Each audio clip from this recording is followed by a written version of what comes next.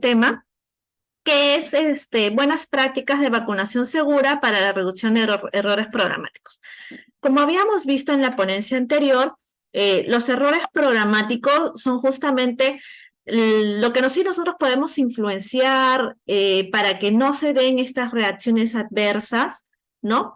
Por por causas que sí nosotros podemos intervenir, ¿no? ¿Y cómo podemos intervenir nosotros? Si es que nosotros tenemos unas buenas prácticas en la vacunación segura. Y vamos a hacer un pequeño resumen con este cuadro para que recordemos cuáles son los errores programáticos más comunes y cuáles son los eventos que suelen suceder por estos errores programáticos, para que sepamos entonces en dónde tenemos que intervenir como vacunación segura. Entonces tenemos, por ejemplo, en el caso de la inyección no estéril, que es cuando reutilizamos una jeringa o una aguja, cuando esta jeringa no está almacenada con las medidas de esterilidad o está roto la envoltura, cuando el vial o el diluyente de la vacuna está contaminado, ¿no? O cuando se usan vacunas de frascos abiertos superior al tiempo límite de que está aprobado por el laboratorio, ¿no? Y por eso ya no se puede garantizar la esterilidad del producto. Entonces, ¿qué puede pasar en cualquiera con estas acciones incorrectas que se hacen? Que se dé un acceso, una infección, hasta un shock séptico que puede generar la muerte de la persona o la transmisión de enfermedades como VIH o hepatitis. Otro error que se puede dar es cuando se hace una incorrecta reconstitución con un diluyente incorrecto o se reemplaza uno de estos productos con otro medicamento que estuvo almacenado en el equipo de refrigeración. ¿Y qué se puede dar? Pues una vacunación, desde una vacunación ineficaz que no genere las defensas en la persona hasta incluso la muerte de la persona por la aplicación de una dosis incorrecta de un producto o un producto que no era el que estaba destinado para la vacunación. La inyección en el lugar equivocado, por ejemplo, la BCG por vía subcutánea, que habíamos visto que podía generar la linfadenitis, ¿no?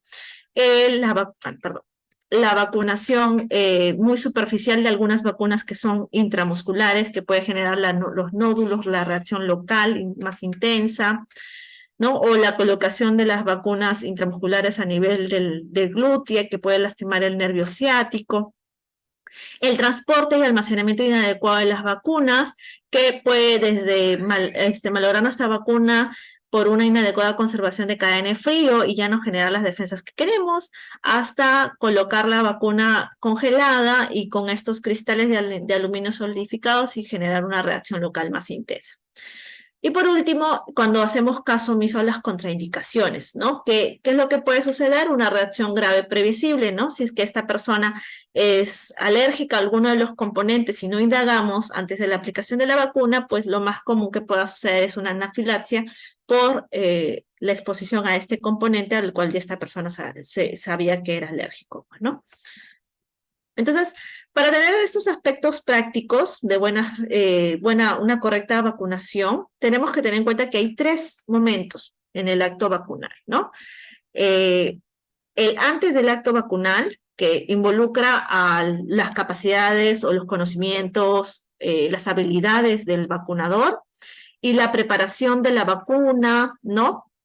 Y todo el material que involucra justamente la vacunación.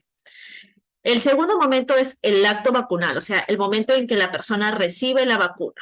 Y el tercer momento es después de la administración de la vacuna, que se da mayormente con la consejería postvacunal. Sobre el vacunador, vamos viendo primero el momento previo a la vacunación. Entonces, es importante que el vacunador tenga los conocimientos actualizados sobre la normativa vigente nacional, que es más que nada que tener en cuenta lo que es la norma técnica del Ministerio de Salud, el esquema nacional de vacunación, donde en esta norma técnica, es como nuestra Biblia, podría decirse en inmunizaciones, vamos a tener toda la información sobre cada una de las vacunas, sobre la técnica adecuada para la preparación de cada una de estas vacunas, sobre las zonas anatómicas, donde debemos colocarlas, ¿no? La cadena de frío, que también tenemos la norma técnica de cadena de frío, ¿no? Que nos sirve de base para saber el adecuado almacenamiento, manipulación de estas vacunas para que genere la inmunidad correcta en la persona al momento de ser vacunada. Y también dentro de las habilidades que tiene que tener este vacunador es la correcta inmovilización sobre todo en los niños, ¿no? Los adultos no es necesario inmovilizarlos mayormente, pero en los niños sí es importante que tengamos en cuenta una correcta inmovilización. ¿Por qué? Porque si nosotros estamos haciendo el acto vacunal con un niño que se mueve, lamentablemente pues podemos lesionar la zona donde estamos vacunando o incluso generarnos también un daño a nosotros, ¿no? Porque nos podemos también pinchar con la jeringa ya usada si es que hay un movimiento brusco y que nos pueda hacer que nosotros también nos pinchemos, ¿no?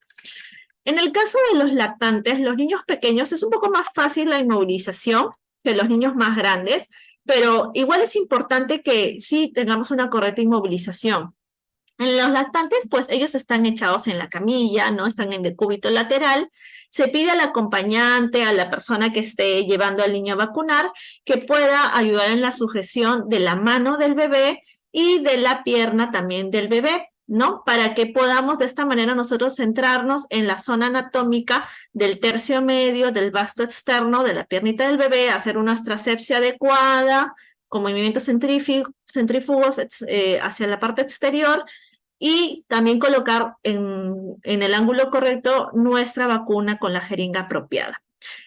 Si nosotros no tenemos el apoyo de este familiar, porque a veces hay papás que son un poco nerviosos, ¿no? Les da miedo porque son bebés pequeños, ¿no? Les da penita, podemos apoyarnos de otro compañero de trabajo para que nos ayude con una correcta inmovilización. En el caso ya de niños más grandes, ¿no? Hasta los 6 años más o menos, que se pueden sentar en el regazo de sus papás. Es importante que nosotros, como ya a partir de los 2 años, la vacunación, por ejemplo, intramuscular, a partir del año, la vacunación subcutánea, es en zona de los bracitos, entonces nosotros podemos sentarlos en la pierna de los papás, lateralizados, ¿no? Como ven en la imagen. ¿Para qué? Para que con las piernas del papá podamos hacer una sujeción de las piernas del niño, para evitar que él patee al vacunador, por ejemplo, o se deslice y caiga al suelo el niño, y la mano que no va a ser, el brazo que no va a ser vacunado, puede estar debajo de la axila del padre, para que de esa manera ese bracito, esa manito, no haga movimientos de rechazo a la jeringa y nos pueda lastimar. El brazo, que sí es el brazo donde vamos a aplicar la vacuna, es el brazo que tiene que estar expuesto hacia nosotros. Y en este caso es importante pedirle a los papás que puedan coger ese bracito desde la zona del codo, que puedan movilizar el codo sobre todo. Porque si solo le cogen la mano, lo que va a hacer el niño es mover así.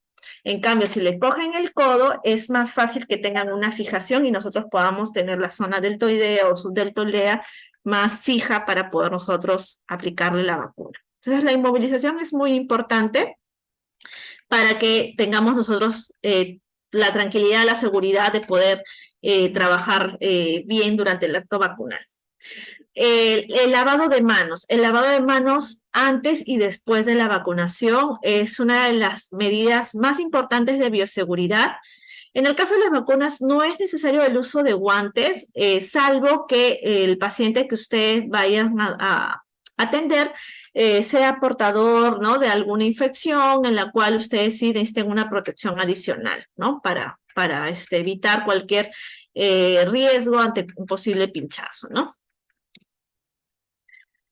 Que también es importante que el vacunador sepa antes del acto vacunal, ¿no? La presentación de esta vacuna, si esta vacuna viene lista ya para aplicar, si es monodosis, si es multidosis, si es necesario hacer una reconstitución de esta vacuna con un diluyente, que sea el diluyente correcto de acuerdo a la vacuna con el que viene el laboratorio, cuál es la jeringa adecuada, por qué vía de administración va a ir, cuál es la conservación, manipulación correcta de esta vacuna, si es un vial multidosis, una vez aperturado, poder registrar la fecha y hora de apertura para llevar la cuenta de cuántas horas está aperturado y no exceder estas horas para evitar cualquier riesgo de infección en la persona que va a ser vacunada.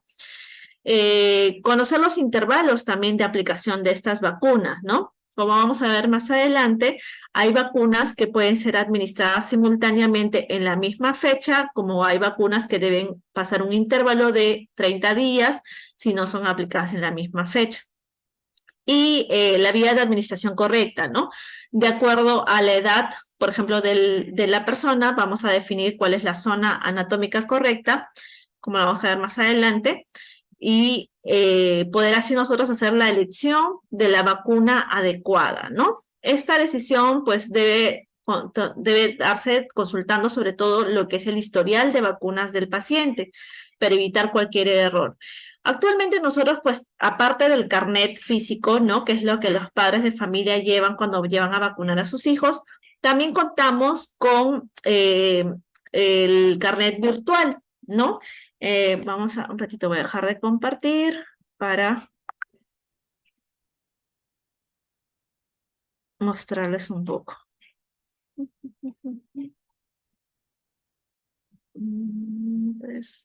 Está. No, pues ya al final les muestro. En el caso de este carnet virtual, también nos va a ayudar para nosotros poder visualizar lo que reportan también otros establecimientos de salud sobre las vacunas que han sido administradas, ¿no? Pero es importante que tengamos las dos fuentes de información para nosotros decidir con la última vacunación que recibió el niño, de acuerdo a su edad, a su esquema vacunal, cuál es lo que le correspondería recibir en esta nueva sesión de vacunación.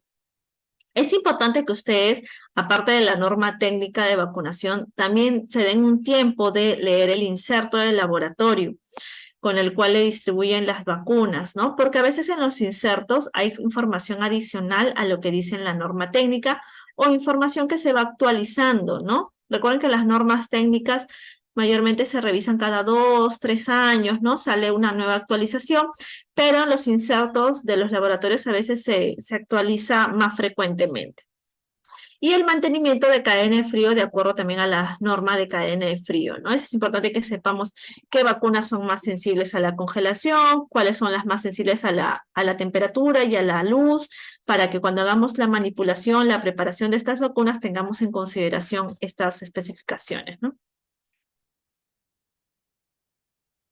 Entonces tenemos que para una técnica de administración de vacunas y uso adecuado, tenemos estos 6 pasos. Primero es que tenemos que saber la dosis según el esquema. Cada vacuna tiene una dosificación específica, ¿no? Si nosotros no sabemos esa dosificación, podemos llegar al error de hacer una sobredosificación en la persona, ¿no? Tenemos que tener en cuenta el diluyente adecuado, no podemos sustituir ese diluyente con el diluyente de otra vacuna o con cloruro de sodio si es que no tienen los excipientes correctos. La jeringa y aguja adecuada, sobre todo esto nos va a servir bastante para llegar al plano que tenemos que administrar esa vacuna, ¿no? Si nosotros, por ejemplo, queremos llegar al plano intramuscular, pero usamos una aguja de una longitud muy corta, no vamos a llegar a ese plano intramuscular, nos vamos a quedar en el plano subcutáneo y se pueden dar las reacciones locales con más frecuencia. El sitio de administración, esto es importante que también sepamos, de acuerdo a la edad de la persona, dónde podemos administrar la vacuna. En el caso de menores de 2 años, en el tercio medio del vasto externo, en niños mayores de 2 años, la zona deltoidea, estos casos son para las vacunas intramusculares, y para las vacunas subcutáneas es la zona subdeltoidea, desde el año de edad se administra. La vía de administración, tenemos que saber que para vacunas intramusculares vamos a usar los 90 grados, para vacunas subcutáneas los 45 grados y para vacunas intradérmicas como la BCG vamos a usar las vacunas en 15, las agujas en 15 grados para poder llegar solo al plano epidérmico. Y el intervalo mínimo entre cada una de las vacunas, que como mencionábamos, es importante que sepamos que entre las vacunas inactivadas no hay un intervalo mínimo, ya que estas no interactúan entre ellas, podemos aplicarlo con días o semanas o meses de diferencia, pero en el caso de vacunas vivas atenuadas, sí tenemos que tener en cuenta que si son administradas en la misma fecha, en 2 zonas anatómicas distintas, no van a interactuar entre ellas, pero si son administradas en fechas distintas, debe haber un intervalo de 30 días entre ellas para que no se inactiven entre ellas. El material que vamos a necesitar para el acto vacunal tiene que ser un material estéril, ¿no? De un solo uso en el caso de las jeringas, y en el caso de los algodones también. Los algodones deben también estar correctamente las torundas hechas, ¿no? Si han pasado por un proceso de esterilización mejor. Las riñoneras también, que es la que usamos para colocar nuestro material, nuestros algodones, nuestras jeringas, tiene que estar correctamente desinfectada, y si puede pasar por el proceso de esterilización, mucho mejor, ¿no? La zona de trabajo, tenemos que constantemente estar limpiando nuestra zona de trabajo, desinfectándola para evitar cualquier contaminación, ¿no? La zona de almacenamiento de nuestras jeringas también tiene que estar limpio, las jeringas no pueden estar expuestas, de preferencia tienen que estar en cajones en los cuales podamos evitar que se contamine. Y la preparación correcta, como vemos acá en esta imagen, ¿no? Nosotros, por ejemplo, ¿qué podemos ver en esta imagen? La persona está cargando la vacuna, ¿no? DPT, esa es la vacuna DPT, ¿no? Pero, ¿qué me llama la atención de esta imagen? Por ejemplo, las uñas de la persona, ¿no? Miren, las uñas son largas, ¿no? La vacuna DPT es una vacuna intramuscular, pero como vemos en la imagen, se está usando una aguja que es de 25 por 5 octavos, entonces probablemente esa vacuna no llegue a plano intramuscular, sino llegue a plano subcutáneo, entonces pues, esto puede generar una de dos, quizás una contaminación del vial, ¿no? Porque las uñas largas sabemos que pueden ser transmisores de agentes patógenos, y el otro es una reacción local porque estamos colocando esa vacuna con una aguja inadecuada, ¿no? En el caso de las jeringas que se usan mayormente son jeringas retráctiles, ¿no? Las que usamos en inmunizaciones. En el caso de estas jeringas retráctiles, lo que nos permite es justamente evitar que hayan los pinchazos post aplicación de la vacuna, porque se retrae la aguja dentro de la jeringa. Y son jeringas con agujas de un solo uso, ¿no? Ya no es necesario que la usemos en otro acto vacunal, se descarta con cada acto vacunal y se utiliza solamente una vez, ¿no? Con cada paciente. También se nos distribuye jeringas para una adecuada reconstitución. Estas jeringas se utilizan más que nada para la reconstitución, o sea, poder mezclar el diluyente dentro del vial de la vacuna. Y esta jeringa también es de un solo uso, solo sirve para esta reconstitución, se descarta y después se carga la vacuna ya reconstituida en la dosis adecuada, se carga la dosis para cada paciente con cada una de las jeringas autorretráctiles. El segundo momento, que es en el acto vacunal, que es cuando ya la persona recibe la vacuna, es importante que hagamos una pequeña entrevista para saber el historial de la persona que va a ser vacunado y poder de esta manera nosotros identificar cualquier contraindicación a que sea vacunado en ese momento. Por ejemplo, podemos preguntar si la persona está teniendo algún problema de salud en ese momento, si está con fiebre, si está con algún signo de alarma, vómitos, diarreas, algo que nos haga sospechar que está pasando por un cuadro de salud que pueda contraindicar en ese momento la vacunación y tenga que ser reprogramada. También debemos preguntar si es alérgico a algún medicamento o algún alimento o ha presentado alguna reacción adversa importante con alguna vacuna previa. De esta manera nosotros podemos descartar que haga una anafilaxia por alguno de los componentes de la vacuna, o si ha presentado alguna reacción adversa previa, poder investigar, ¿no? Si esta reacción fue coincidente con la vacunación, cómo fue clasificado, ¿no? O si fue debido a la vacunación y poder investigar cuál fue la recomendación. Si es que puede recibir esta misma presentación de la vacuna o luego de la investigación se recomendó a que reciba otra presentación distinta para evitar que se repita esta reacción, ¿no? Si es que ha recibido alguna vacuna en el mes anterior, Esto nos sirve sobre todo para los casos de las vacunas vivas atenuadas.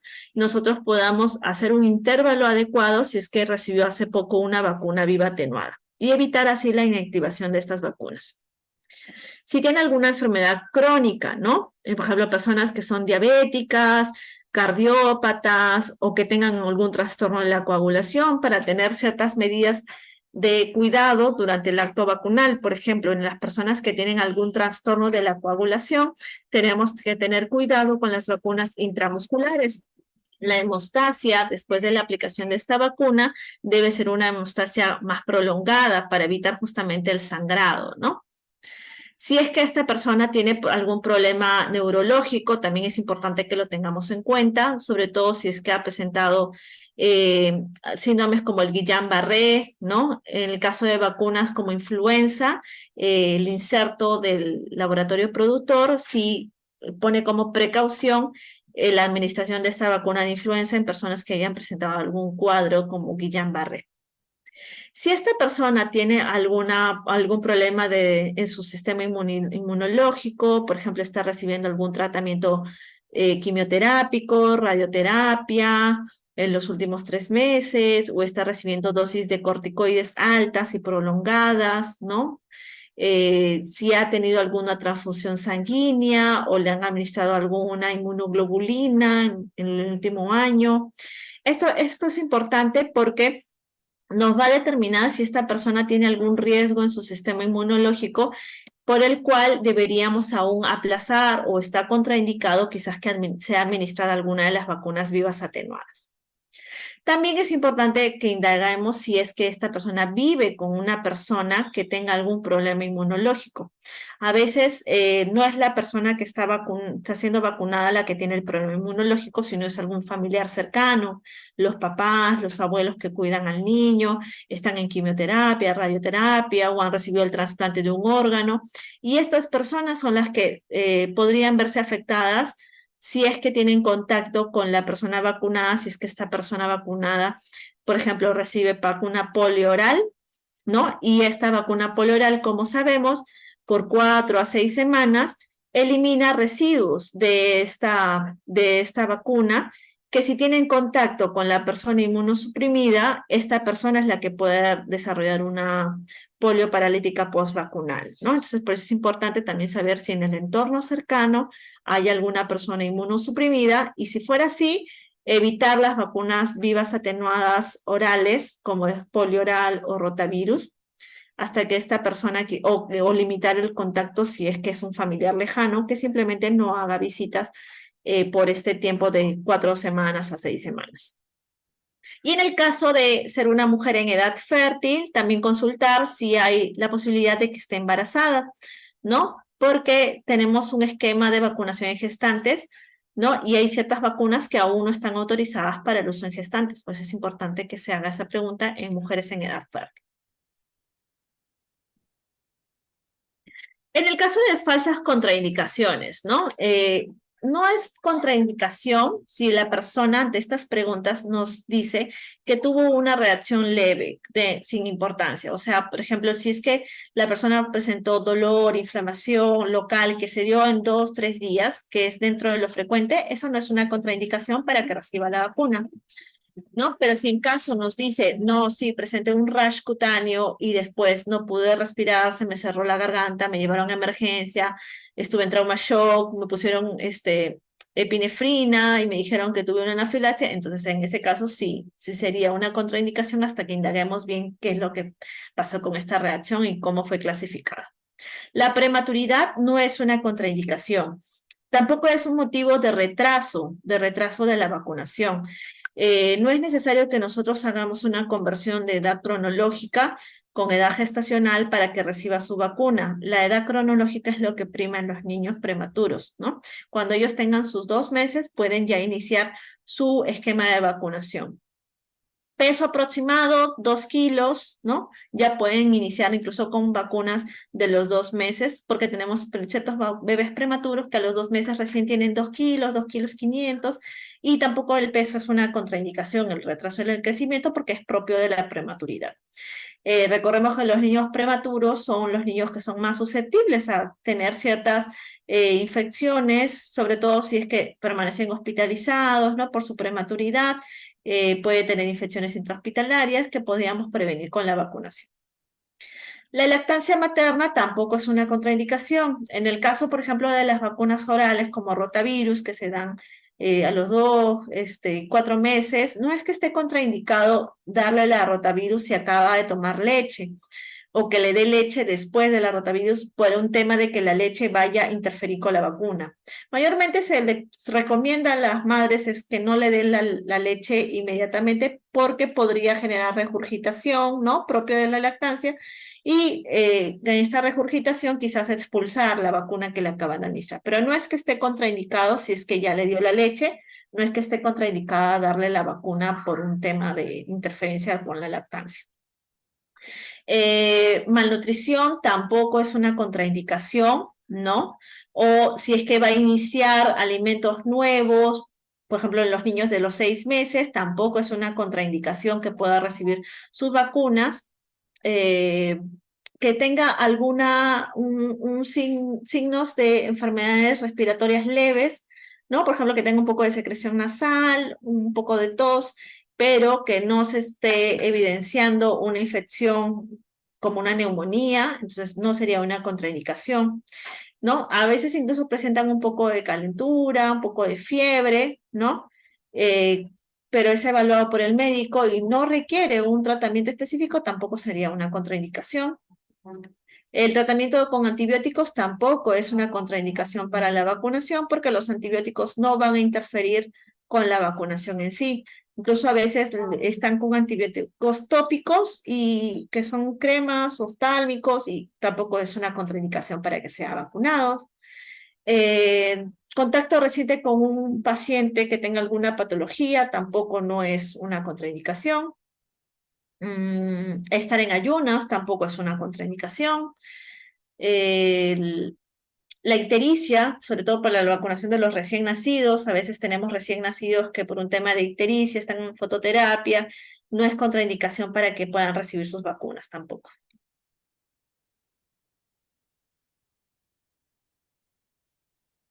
Entonces vamos a ver vacuna por vacuna, sí cuáles son ciertas contraindicaciones para nosotros saber cuáles sí tenemos que tener ciertas precauciones. Por ejemplo, en el cuadro de BCG, lo que nos dice la norma técnica es que sí está contraindicado en recién nacidos con menos de 500 kilos o que tengan alguna patología que contraindique la vacunación por una recomendación médica.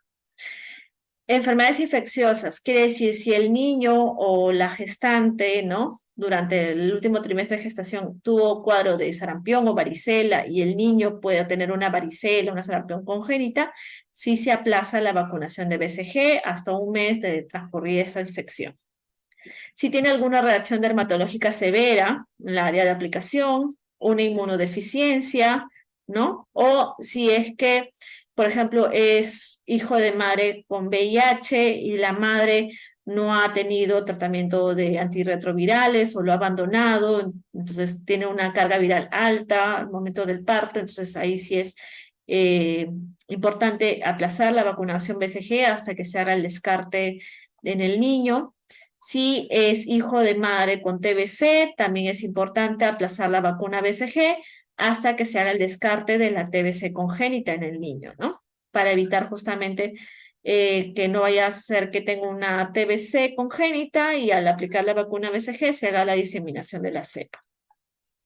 En el caso de las vacunas de hepatitis B, alergia a la levadura, porque es uno justamente de los medios de cultivo que se usa durante la elaboración de esta vacuna. Entonces, la persona es alérgica a la levadura, hay que tener cierta precaución cuando se coloca la vacuna de hepatitis B. Y si nos refiere que ha presentado alguna reacción de hipersensibilidad, alguno de los componentes o alguna vacuna previa. En el caso de las vacunas pentavalentes, se administra, recordemos, hasta antes de los 7 años de edad.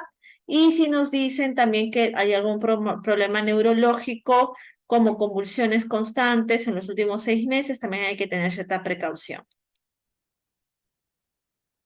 En el caso de Haemophilus, si nos refieren que ha habido alguna reacción a dosis previa, hay que indagar bien, ¿no? Debido a que si fue por alguno de los componentes, igual con las vacunas de polio inactivadas. En el caso de las vacunas polio oral, que es la vacuna viva atenuada, sí tenemos que tener cuidado con las inmunodeficiencias personales o del núcleo familiar, que es lo que les mencionaba cuando alguno de los familiares que va a tener contacto con el niño que recibe la vacuna polio viva oral, en ese caso sí es mejor reemplazarlo por la vacuna polio inactivada, que es la IPV.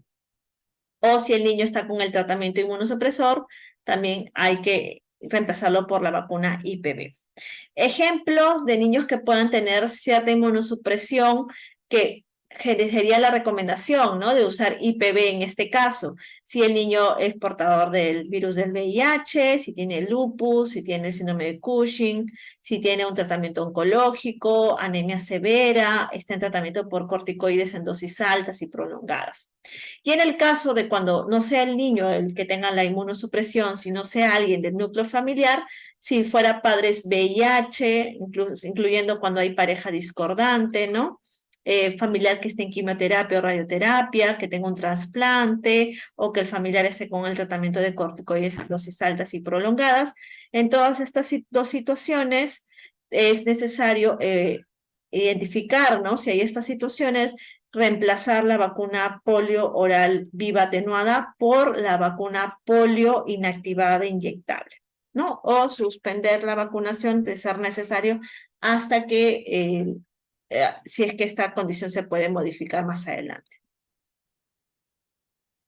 En el caso de la vacuna neumococo, cuando hay hipersensibilidad a alguno de los componentes, incluyendo al tozoide diftérico. Y ustedes me dirán, ¿pero por qué es un neumococo? Porque justamente el neumococo, uno de sus componentes es el tozoide diftérico, ¿no? Dentro de la composición del neumococo. Y si es que ha habido una reacción anafiláctica a alguna dosis previa, ¿no? Con neumococo. En el caso de rotavirus, también es una vacuna viva atenuada oral. Entonces, también tenemos que tener en cuenta si hay alguna inmunosupresión en la persona, el niño que va a recibir la vacuna o en su núcleo familiar. Y recordemos que esta vacuna está contraindicada en niños mayores de 8 meses de edad. ¿Por qué? Porque hay el riesgo justamente de una reacción local a nivel intestinal cuando el niño ya ha consumido alimentación sólida. En el caso de las vacunas de sarampión, paperia y rubiola, tenemos que tener también en cuenta si hay la condición de inmunosupresión en la persona. Acá ya no es importante el núcleo familiar, porque al ser esta una vacuna inyectable, ya no hay la eliminación de los residuos de la vacuna por vía oral o en excreta, ¿no? Entonces, solamente hay que evaluar la condición de inmunosupresión en la persona que va a ser vacunada. O sea, si es que ha habido alguna reacción alérgica severa a una dosis previa o si tiene o alguna reacción alérgica severa a alguno de los componentes de esta vacuna, como es el huevo, la gelatina, la neomicina, si es gestante, está contraindicada, o si tiene, como decíamos, una inmunodeficiencia, entonces se debe evaluar justamente el riesgo-beneficio de la vacunación de sarampión, papera, rubiola. En el caso de vacuna DPT, ¿no? También está solamente hasta menores de 7 años de edad. A partir de 7 años de edad en adelante es la vacuna DT. Si ha presentado alguna reacción severa a alguno de los componentes previos. Por ejemplo, en el caso de los niños que hicieron alguna reacción a pentavalente, fue notificada y fue clasificada como que fue debido al componente de pertussis, entonces estará contraindicada la vacunación de sus refuerzos con DPT, si no sus refuerzos serán con la presentación DT pediátrica, ¿no? En el caso de también que haya presentado alguna encefalopatía en los primeros 7 días post vacunación, también es una de las contraindicaciones para las vacunas de tozoide de difteria, tétanos y pertussis. En la vacuna fiebre amarilla también es una vacuna viva atenuada, entonces también tenemos que indagar si hay alguna condición de inmunosupresión en la persona que va a ser vacunada. Tampoco se administra en las gestantes ni en las madres que dan lactancia, sobre todo en los primeros 6 meses de la lactancia, salvo alguna prescripción médica que podría evaluarse el riesgo cuando la persona está quizás en una zona endémica, ¿no? Y quizás ahí puedan suprimir la lactancia por un tiempo si es que la gestante está en riesgo de contraer fiebre amarilla, ¿no? Pero se evalúa, son casos específicos y sobre todo en zonas de alto riesgo de infección de fiebre amarilla, ¿no? Si la persona ha tenido alguna afección de la glándula timo, una extirpación por una disfunción de esta glándula timo, también se contraindica la vacunación de fiebre amarilla. O si es una persona mayor de 60 años, porque en el caso de las personas mayores de 60 años hay mayor riesgo de una reacción sistémica como una falla multiorgánica. Han habido casos reportados en los cuales ha habido personas mayores de 60 años que han fallecido por una falla multiorgánica cuando han recibido la vacuna fiebre amarilla, por eso ya está contraindicado. En el caso de menores de 15 meses, se evalúa también el riesgo epidemiológico, ¿no? Porque esta vacuna podría colocarse desde los 9 meses en niños que estén en zonas de alto riesgo epidemiológico también, ¿no? Menor de 9 meses no se puede administrar, pero como calendario regular se coloca a los 15 meses. Esos rangos de 9 meses solamente se maneja en ciertas condiciones de alto riesgo epidemiológico, sobre todo en zonas de alta circulación de fiebre amarilla. En el caso de varicela, si es que hay algún antecedente de alergia a alguno de los componentes, como gelatina en el caso de varicela, si es que tiene algún tratamiento inmunosupresor, porque también es una vacuna viva atenuada, si tiene tuberculosis activa no tratada, ¿no? También es una de las contraindicaciones para la vacunación de varicela. En el caso de vacunas DT, DPTA, ¿no? Todos los que sean toxoides diftéricos, tetánicos, si ha habido alguna reacción grave a dosis previas o si hay algún problema neurológico de fondo. También hay que evaluar en este caso. Si ha habido convulsiones en los últimos 6 meses, ¿no? Hay que también evaluar que esté estable la persona si es que tiene, por ejemplo, diagnóstico como epilepsia, ¿no? Que tenga un cuadro estable al momento de la vacunación, ¿no?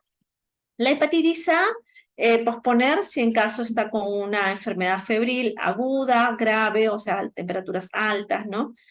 Y si hay algún antecedente de reacción alérgica a la neomicina, ¿no? O alguna dosis previa. En el caso de la vacuna de influenza, si ha tenido convulsiones también en los últimos 6 meses o ha tenido algún síndrome de Guillain-Barré, si ha tenido algún antecedente de alergia a proteínas del huevo, del pollo, y no se administra en menores de 6 meses.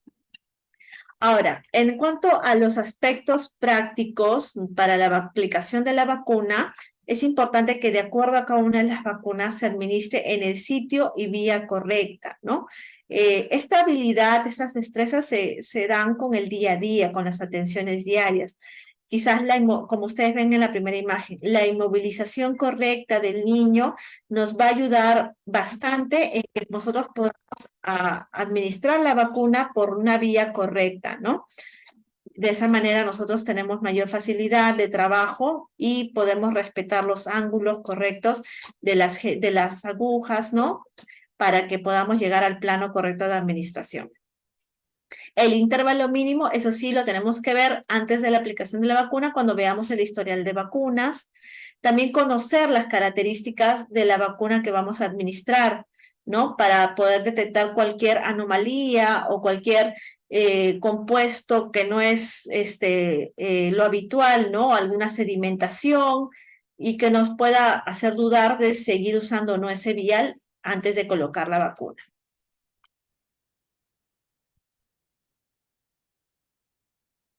En este cuadro tenemos un pequeño resumen de lo que es la administración simultánea de las vacunas. Y es lo que mencionábamos en el caso de las vacunas inactivadas y las vacunas vivas atenuadas. En el caso de las vacunas inactivadas, que tenemos, por ejemplo, pentavalente, polio inactivada, neumococo, Haemophilus, DPT, influenza, hepatitis B, hepatitis A, ¿no? Entonces, esas vacunas se pueden administrar con cualquier intervalo entre una dosis entre la otra. Un ejemplo, tenemos un adulto mayor que hoy día recibió su vacuna neumococo y le falta su vacuna de influenza. Y la próxima semana llegan las vacunas de influenza, imaginemos, y acude a un establecimiento de salud para su vacuna de influenza. Entonces, a pesar que pasó solamente una semana, él puede recibir su vacuna de influenza porque ambas vacunas son vacunas inactivadas y no interactúan entre ellas. En cambio, en el caso de las vacunas vivas atenuadas parenterales, o sea, las que se administran mediante inyecciones, como son sarampión, rubiola, sarampión, rubiola, fiebre amarilla, varicela, sí deben administrarse en la misma fecha o con un intervalo mínimo de un mes de fecha a fecha. Un ejemplo, un niño de 1 año de edad recibe las vacunas de sarampión, rubiola, que es una vacuna viva atenuada, y la vacuna de varicela, que es otra vacuna viva atenuada. Entonces, en esta sesión de vacunación, yo lo colocaré una en cada brazo, sarampión, rubiola, y en el otro brazo la vacuna de varicela. Pero, ¿qué pasaría si no tengo el stock de varicela en ese momento, se me acabaron las varicelas y solo le puedo poner hoy sarampión, rubiola? ¿Cuándo citaría a este niño para su vacunación de varicela? No lo puedo citar la próxima semana que me llegue la vacuna porque no estaría respetando el intervalo de un mes. Lo tengo que citar de acá en un mes para que no vaya a haber la interacción entre estas vacunas y se vaya a inactivar.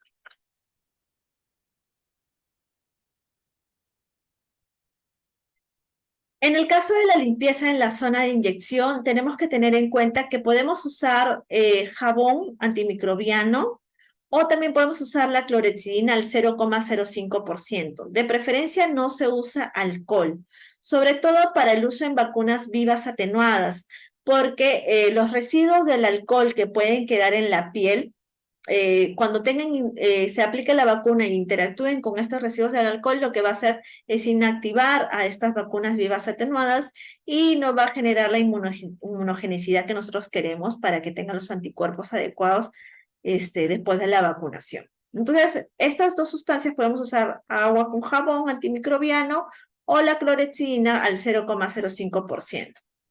¿Cómo debemos hacer la limpieza? Pues la piel se tiene que ver limpia. O sea, si nosotros vemos que la piel está visiblemente sucia, debemos usar la cantidad adecuada de algodones necesarios con la sustancia antiséptica para limpiar la zona de vacunación. No es necesario que no solamente debe ser solo una torunda si aún lo seguimos viendo visiblemente sucio. Podemos usar más torundas hasta que se vea realmente limpia esta zona, ¿no? Los movimientos son movimientos centrífugos, desde el punto de vacunación hacia afuera, ¿no? Sin pasar con la misma torunda por el mismo punto 2 veces. Si este punto sigue sucio, usaremos otra torunda con el antiséptico y volveremos a hacer estos movimientos centrífugos hacia afuera con una nueva torunda de algodón. Estas torundas de algodón no deben almacenarse en contenedores donde ya estén humedecidos. ¿Por qué? Porque estos algodones, estas torundas de algodón humedecidas, pueden convertirse en focos de infección de ciertos microorganismos que en vez de limpiar nuestra zona de vacunación, van a contaminar nuestra zona de vacunación. La vía de administración. Tenemos que tener en cuenta que de acuerdo a cómo está diseñada nuestra vacuna, tiene ciertas recomendaciones del laboratorio de cómo debe ser administrada. Y quizás algunos se preguntarán, ¿pero por qué algunas vacunas son intramusculares, otras son subcutáneas, otras son intradérmicas?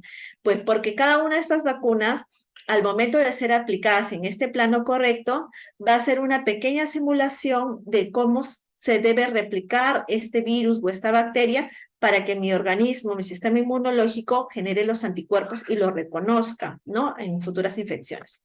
Por ejemplo, en el caso de la sarampión, la varicela, que van vía subcutánea, cuando nosotros realmente estamos frente al virus de la varicela, del sarampión, tiene un periodo de incubación que demora más o menos 7, 15 días y ahí empiezan las manifestaciones. Por eso es que esta vacuna va en plano subcutáneo, porque la absorción es mucho más lenta en esa vía subcutánea y podemos simular una incubación como hace esta enfermedad.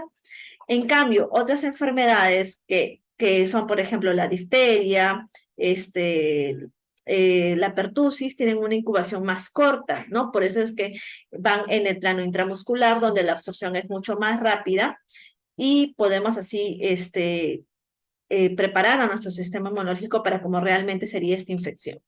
Entonces, cuando sean vacunas intramusculares, vamos a usar una jeringa con una aguja de por lo menos 1 pulgada de longitud a más en 90 grados. Cuando sean vacunas que se administran subcutáneas, vamos a usar una jeringa con una aguja de 25 por 5/8 pulgadas de longitud en 45 grados.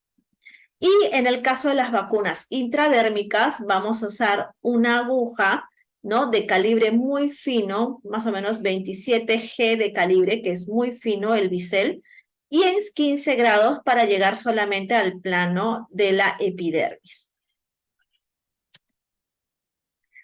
En cuanto a la zona anatómica, vamos a diferenciarlos si la vacuna es intramuscular. Hay 2 opciones de zonas anatómicas y esto va a estar influenciado por la edad de la persona que va a ser vacunada. Si el niño es menor de 2 años, vamos a usar el músculo vasto externo, ¿ya? En ese caso, vamos a su piernita, dividir esta piernita en 3. Y en el tercio medio externo es donde vamos a aplicar esta vacuna, ¿no? Entonces, esta medición es importante que la hagamos para que podamos hacer una adecuada fijación de la piernita, una asepsia en el punto correcto y poder aplicar esa vacuna en 90 grados sobre esta masa muscular que se ha determinado en el tercio medio del vasto externo. En el caso de estas vacunas intramusculares, es importante que nosotros hagamos, antes de aplicar al momento de la inyección y antes de inyectar el contenido de la vacuna, hagamos una aspiración.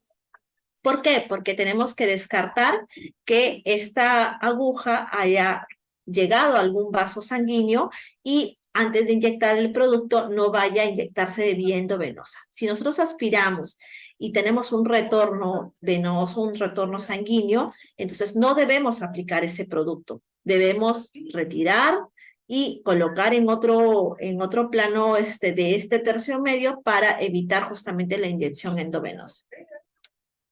Y es importante que hagamos la compresión en la zona después de la vacunación, porque al ser una vacuna intramuscular es regular, es normal que haya un ligero sangrado porque hemos perforado un músculo y los músculos son altamente vascularizados. En el caso de los niños y adultos, ¿no? A partir de los 2 años y todos los adultos, ya la zona de colocación de las vacunas intramusculares va a ser en el tercio medio del músculo deltoides, ¿no? Como vamos a ver acá, la zona la vamos a determinar guiándonos de este huesito que palpamos acá, que es la punta del acromio. En el caso de niños, más o menos son 3 a 4 centímetros por debajo de este acromio, y ese va a ser el centro del deltoides. Y en el caso de los adultos son de 3 a 4 traveses, ¿no? Que vamos a nosotros determinar y vamos a palpar. El deltoides es como un triángulo invertido, ¿no? Tiene esta forma. Entonces nosotros tenemos que palpar en el centro de este triángulo invertido, que es la zona correcta de administración intramuscular. Nuevamente tenemos que repetir el hecho de la aspiración antes de la inyección del contenido de la vacuna para evitar una vacunación endovenosa, ¿no? Que en ningún caso debe ser endovenosa. La zona de colocación de vacunas en el nivel glúteo, que se hacía hace muchos años, está totalmente descartada por el riesgo del daño del nervio ciático. Y nuevamente hacer la hemostasia correcta con algodones en la zona de punción para evitar el sangrado, que suele verse con cualquier vacuna intramuscular. Ahora, en el caso de que las vacunas sea subcutánea, ahí sí tenemos solamente una zona de colocación. Las vacunas subcutáneas mayormente las estamos colocando a partir del año de edad. Entonces, sí se va a usar la zona subdeltoidea, ¿no? El lugar de colocación va a ser por debajo del reborde del deltoides. Nuestro deltoides tiene una marcación, ¿no? Donde termina el músculo, se marca cuando uno flexiona el brazo. Entonces, debajo de ese reborde nosotros podemos guiarnos, ¿no? Y es importante que coloquemos esta vacuna con una aguja adecuada, que es la aguja de 5/8. ¿Por qué? Porque no tiene tanta longitud y de esta manera, con 45 grados de ángulo, podemos llegar solamente al plano subcutáneo.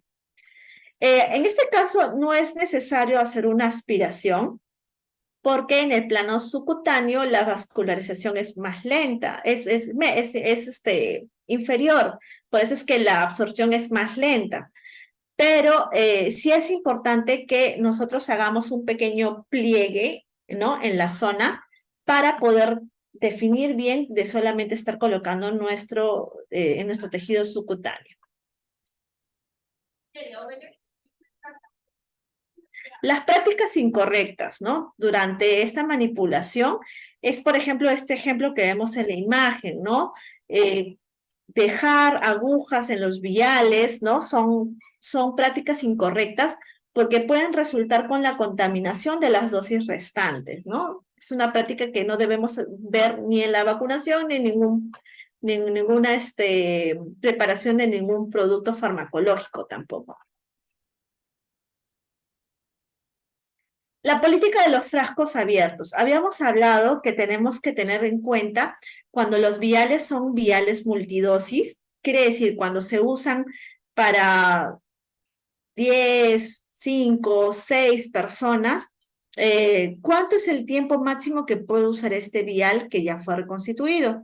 Por eso es importante que en el vial registremos la fecha y la hora en la cual hemos aperturado este vial y hemos hecho la reconstitución también de este vial. De esta manera nosotros podemos llevar la cuenta de hasta qué hora o hasta qué fecha podemos utilizar. Entonces tenemos dos tipos de viales multidosis. Son los que duran solo 6 horas después de la reconstitución, que son las vacunas BCG, las vacunas de sarampión cuando son presentación multidosis. Ahorita tenemos monodosis, pero en algún momento hemos tenido presentación multidosis. Y las vacunas de fiebre amarilla. Entonces, si yo, por ejemplo, los reconstituyo a las 8 de la mañana, entonces mis 6 horas posterior, que son las 2 de la tarde, entonces hasta antes de las 2 de la tarde yo puedo usar este vial. Pero es importante que también este vial, al momento de su reconstitución, se hayan guardado las medidas de bioseguridad y el almacenamiento correcto y la manipulación correcta, la asepsia, al momento de sacar, extraer cada una de las dosis. Porque si a pesar de yo conservo solo las 6 horas, pero no hago una correcta manipulación, igual este vial se puede contaminar. Y en el caso de los frascos, por ejemplo, de polio oral, los frascos de DT, DPT, ¿no? Estas vacunas que sean multidosis en presentación ya líquida, que vienen líquidas sobre todo, me duran hasta 4 semanas. Igual tenemos que rotular la fecha, ¿no? Y hora de apertura para nosotros llevar cuenta cuándo se cumplen las 4 semanas y por más que me queden dosis, pasado estas 4 semanas ya no podemos usar ese vial. Debe ser descartado, así sea con una sola dosis que se haya usado, ¿no? ¿Cuáles son algunos ejemplos de las prácticas incorrectas que podemos encontrar a veces y que pueden poner en riesgo de tener un error programático? Justamente jeringas que estén fuera del empaque, ¿no?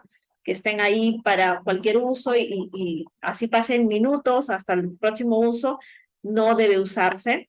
Incorrecto almacenamiento de cadena en frío o las vacunas que puedan estar sueltas dentro del termo y se puedan contaminar los tampones, los geles donde se va a inyectar para extraer cada una de las dosis o que estén en contacto directo con los paquetes y que pueda generar una congelación de la vacuna, ¿no? Como ustedes recuerdan, los termos tienen este mecanismo en el cual va a conservar la vida fría de las vacunas, pero si no está adecuadamente conservado, pues no se puede garantizar la inmunogenicidad de esa vacuna o que pueda generar una reacción local, como es en el ejemplo que vemos, en la cual esta vacuna, por ejemplo, fue expuesta a temperaturas por debajo de los 0 grados centígrados y como ustedes ven en la imagen izquierda hay una sedimentación de los cristales y estos cristales justamente cuando sea aplicada la vacuna en la persona pueden generar esta reacción local, ¿no? estos nódulos que son el acúmulo de estos cristales de aluminio, ¿no? Después de la administración de la vacuna, que es el último momento de nuestro acto vacunal, es importante la información a los padres, ¿no? Es importante que le demos la consejería de cuáles son las reacciones frecuentes que puede observar que presente su niño y cómo hacer los cuidados postvacunales y cuáles son los signos de alarma en los cuales ya debe llevar al niño a un establecimiento de salud para que reciba una atención oportuna. Explicar también durante esta atención para qué vacunas es la que ha recibido su niño y para qué lo protege cada una de estas vacunas, para que entienda la importancia de esta vacunación. Recomendar que haya un reposo postvacunal en la sala de espera del vacunatorio, sobre todo cuando son las primeras dosis aplicadas o cuando hay una sospecha por la entrevista previa de que pueda haber algún riesgo de la contraindicación. Mejor es que quede en observación por al menos unos 15 a 20 minutos para poder hacer la atención de alguna posible reacción adversa inmediata que pueda darse. Y recordemos que hay reacciones adversas que se pueden dar hasta horas o días después, entonces tiene que estar alerta a cualquier signo de alarma para que pueda llevar a algún establecimiento de salud o a un centro de emergencias. La manipulación de los desechos postvacunales también es muy importante, el descartar las agujas y jeringas en los contenedores adecuados para evitar alguna infección en el personal de vacunación o en el personal de limpieza que nos ayuda en la segregación de los residuos. Registrar las vacunas administradas tanto en el carnet de vacunación como en los sistemas digitales es importante para que en la próxima sesión de vacunación se puedan tomar las decisiones adecuadas en base a las vacunas que ya ustedes las han administrado, ¿no? Y bueno, en el caso de niños que se han atrasado en su esquema de vacunación, también les dejo acá el pequeño cuadro para que ustedes sepan cuáles son las edades límites en las cuales pueden administrar cada una de estas vacunas, ¿no? Por ejemplo, en el caso de las vacunas pentavalentes, que pueden ser hasta menores de los 7 años, en el caso de las vacunas de polio, hasta los menores de 5 años, en el caso de las vacunas rotavirus, hasta antes de los 8 meses de edad, ¿no? Y este es un cuadro resumen de todo lo que hemos visto el día de hoy, ¿no? El antes es el asegurar todos los materiales correctos, la bioseguridad de nuestro ambiente, tener los conocimientos y habilidades en cadena de frío, en la presentación de cada una de las vacunas, la dosis, la vía de administración, qué jeringa debe utilizar, el hacer la entrevista para detectar contraindicaciones antes de aplicar la vacuna, durante, que es el momento en el cual ya vamos a hacer el acto vacunal, el lavado de manos, la inmovilización del paciente, la preparación adecuada de la vacuna, la reconstitución adecuada, para evitar justamente cualquier error programático, ¿no? La limpieza de la zona de aplicación de la vacuna, ¿no? La vía de administración correcta y el después, que es sobre todo la parte de la consejería postvacunal que se debe dar, ¿no? Bueno, eso es todo referente al tema de vacunación segura. Ahora quedo atenta a revisar las consultas que ustedes puedan tener. Muchas gracias, licenciada Fiorella. Sí, tenemos consultas en el botón del chat también. También los que desean pueden activar sus micrófonos. La licenciada Fiorella Flores nos dice, ¿recomienda la tetanalgesia en la vacunación? Claro, el hecho de la lactancia materna durante la vacunación, ya hay estudios que recomiendan porque le dan seguridad y calma al niño durante el momento de la vacunación e incluso ayuda a ser como un distractor del momento del acto vacunal, ¿no? Incluso se ve que los niños que al momento de ser inyectados, cuando están tomando lactancia materna, su manifestación del dolor, su escala del dolor es mucho menor que los niños que no están recibiendo lactancia al momento de ser inyectados.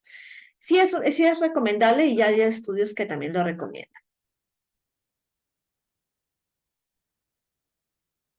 Bien, tenemos la siguiente pregunta también de Fiorella. ¿Se le puede recomendar antes de recibir vacuna rotavirus dar de lactar media hora antes para evitar el vómito durante la vacunación? Claro, lo importante no es que la lactancia contraindica la rotavirus, como bien dice la participante, se puede recomendar quizás para imaginemos, viene para los 2 meses y ya le dio de lactar en ese momento, entonces se le puede dar la recomendación que para la siguiente sesión de vacunación quizás la lactancia se haya dado media hora o 1 hora antes del momento que lo va a llevar a vacunar para evitar justamente la regurgitación, ¿no? Y que pueda esto conllevar a que expulse el contenido de la vacuna. Recordemos que la vacuna rotavirus ya se absorbe desde que tiene contacto con la mucosa oral. Quiere decir que si el niño llegó a regurgitar, no lo protegió nada. No, eso es falso, porque desde que ya ustedes comenzaron a administrar la rotavirus y tuvo contacto con la mucosa oral, ya hay una protección. Pero de todas maneras podemos dar esta recomendación para evitar esta regurgitación también, ¿no? Incluso después de la toma de la rotavirus, también se recomendaría no dar la lactancia media hora después de la aplicación de la vacuna rotavirus vía oral para evitar también esta regurgitación. La licenciada Rocío nos pregunta, ¿hasta qué edad se puede poner el HbA? ¿El H cuál? ¿La hepatitis A, me imagino? Sí, Hepatitis A, ¿hasta qué ujú, edad se puede colocar? Ya, en el caso de la vacuna de hepatitis A, el año pasado se inició con la vacunación en los niños de 15 meses, o sea, año 3 meses. Después se fue ampliando hasta los niños menores de 2 años, o sea, desde los 15 meses hasta menores de 2.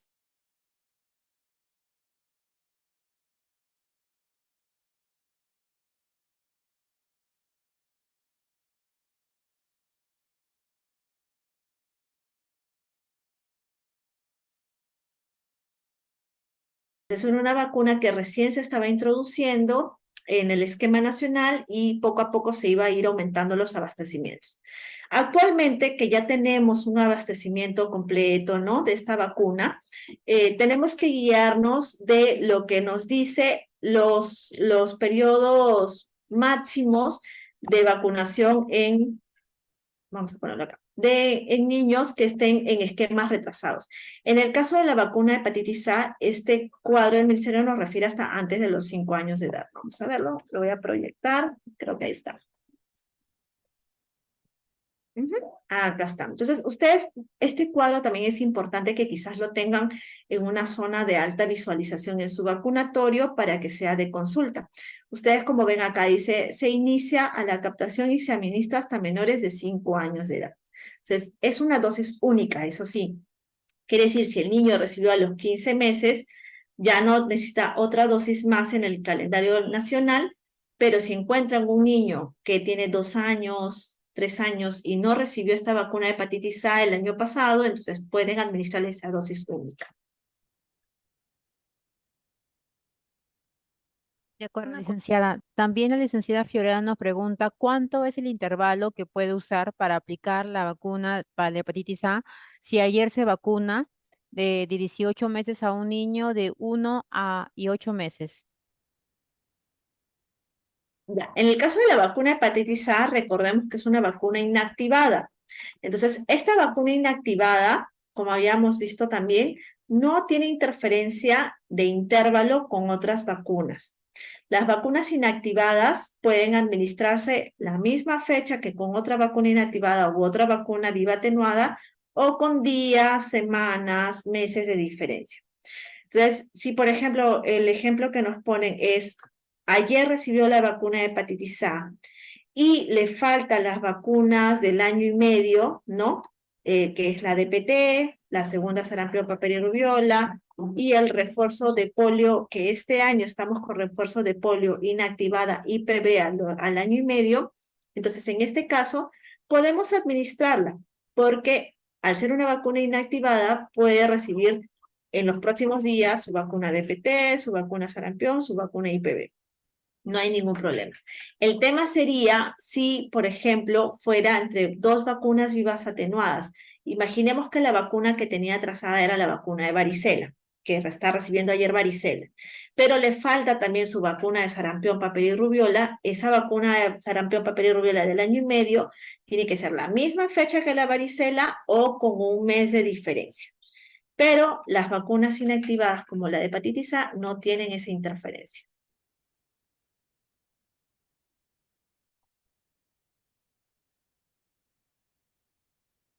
La licenciada Fiorella Flores ha levantado su manito. ¿Puede, por favor, activar su micrófono?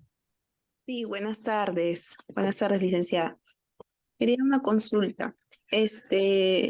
Para las gestantes que les toca recibir sus vacunas de DPTA y DT, pero que en el transcurso de su periodo no llegan a cumplir, posterior ya den a luz, después de cuánto tiempo tiene que tener más o menos su bebito para que pueda cumplir de repente con la segunda dosis de DT o tercera dosis. ¿Cuánto es ese periodo? No sé si puede repetir porque hubo una interferencia y no se llegó a escuchar toda la pregunta completa. Bueno, en cuanto a las mujeres que han sido pues gestantes, embarazadas, y les faltó completar la tercera dosis de difteria tétano, que durante la gestación no llegaron a cumplir y se pueden aplicar posterior ya al embarazo, ¿cuánto tiempo tienen que esperar? ¿Un mes, 20 días para que puedan completar esa dosis? ¿Cuánto es el periodo? Claro. Y otra pregunta más, disculpe, en cuanto a las vacunas vivas atenuadas, mostró un cuadro que está en la norma técnica que indica pues que las vacunas vivas atenuadas de vía parenteral, pero no está incluida la rotavirus. En cuanto al intervalo que es, si es que no se aplica en un mismo día, tiene que esperar un mes, ¿no? Para aplicarse. ¿Por qué no está incluida la rotavirus si es una vacuna viva atenuada? Gracias. Ya, vamos primero con el último, porque el otro sí es un poquito más larga la respuesta. Recuerden que parenteral son las que se administran de forma inyectable y enteral son las que se administran vía oral. Entonces, vacunas vivas atenuadas enterales tenemos la polioral y la rotavirus, que esas sí no tienen esta interferencia como la que vemos las parenterales, que son las inyectables. ¿Por qué? Porque estas vacunas que son vía oral, su inmunidad, aparte de ser celular, también tienen una inmunidad humoral que se da a nivel gástrico. Por eso es que cuando son administradas vía oral, también decimos que hay eliminación de residuos por vía oral, vía excreta, porque sus anticuerpos que se generan también se generan y cubren toda esta mucosa que lo protege cuando realmente esté frente al virus del rotavirus o el virus del polio. Entonces, estas vacunas sí no van a tener una interacción con las otras vacunas vivas atenuadas porque tienen esta inmunidad humoral que también se genera. En cambio, en el caso de las vacunas parenterales, que son las que se inyectan, donde tenemos la vacuna BCG, la vacuna sarampión, papera y rubiola, las vacunas de varicela, la vacuna de fiebre amarilla, estas sí hay el riesgo de la inactivación porque su generación de anticuerpos depende netamente de la inmunidad celular que se da después de la vacunación. Entonces, ¿qué es lo que va a pasar si yo hoy día, por ejemplo, le administro fiebre amarilla y no respeto el intervalo de 30 días y le coloco la vacuna de sarampión, papera y rubiola? Los anticuerpos que se estaban generando contra fiebre amarilla se van a inactivar y van a primar los anticuerpos de esta nueva vacuna viva atenuada que estoy administrando. Y probablemente esta persona ya no va a quedar protegida de fiebre amarilla, sino va a quedar con los anticuerpos de sarampión y realmente no va a estar protegida cuando viaje a alguna zona endémica de fiebre amarilla. Es por eso que no entran en esta clasificación las vacunas vivas atenuadas orales, que son la polioral y la rotavirus. Solamente es para las vacunas parenterales. En el caso de lo que es la vacunación en gestantes, como bien dice, pues cuando es una gestante que no tiene antecedente vacunal de diftotetánica antes de la gestación, vamos a iniciar recién el esquema de vacunación durante la gestación y para que ella quede protegida por 10 años, necesita completar un esquema de 3 dosis y probablemente este esquema de 3 dosis se va a completar después del parto, cuando ya es puérpera. No hay una contraindicación que ella reciba esta vacuna independientemente de cuándo fue la fecha del parto. No es que haya un intervalo para respetar después del parto.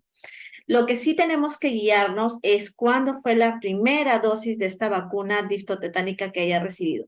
Ya sea que la primera dosis durante la gestación haya sido DT o haya sido DPT celular, tenemos que contar 6 meses para la fecha de la tercera dosis. Si estos 6 meses coinciden con el mes del posparto o los 2 meses del posparto, puede ya recibir su tercera dosis, que sería con la presentación DT, que es la diftotetánica.